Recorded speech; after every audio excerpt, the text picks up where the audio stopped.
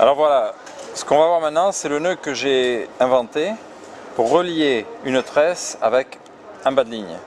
Un nœud très très fin, très discret, 100% de résistance, donc très solide. Alors tout simplement, on prend la tresse, on prend à peu près une longueur là, on voit, 25 cm, et on vient passer ici.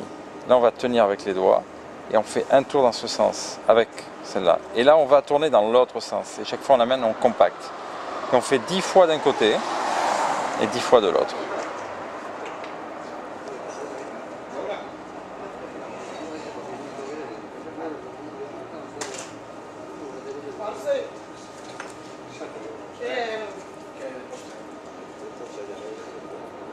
Tengo tarta de tiramisú, de chocolate, de arándano y de limón y whisky.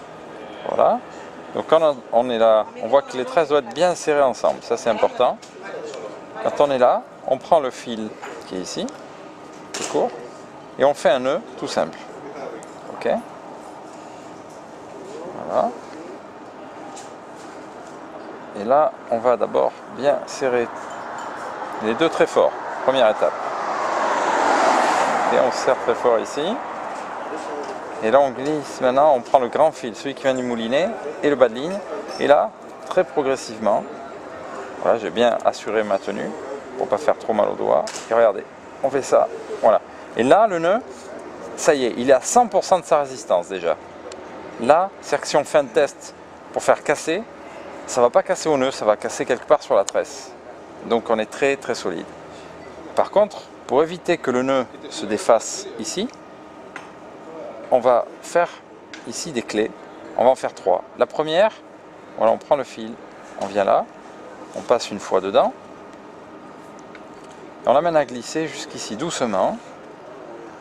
Et quand on est là, on le serre fort.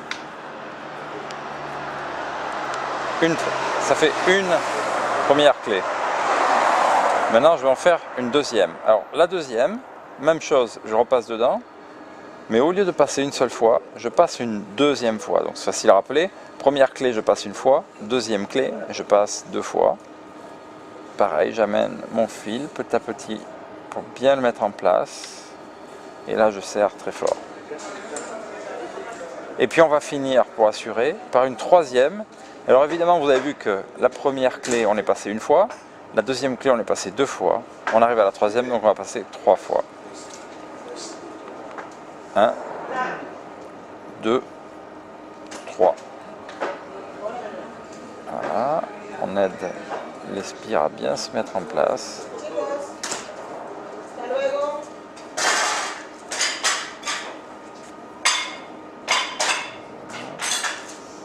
Il faut aider, parce que comme il y a plusieurs passages, il faut un peu aider la tresse à ce qu'elle se mette bien. Voilà. Et là, je finis de bien serrer. Voilà. Et là, la petite finition toute simple, on va couper. Coupez pas la tresse au ras, laissez toujours quelques millimètres. Voilà, ça ne gênera pas de toute façon. Et le fil pareil, on le coupe là.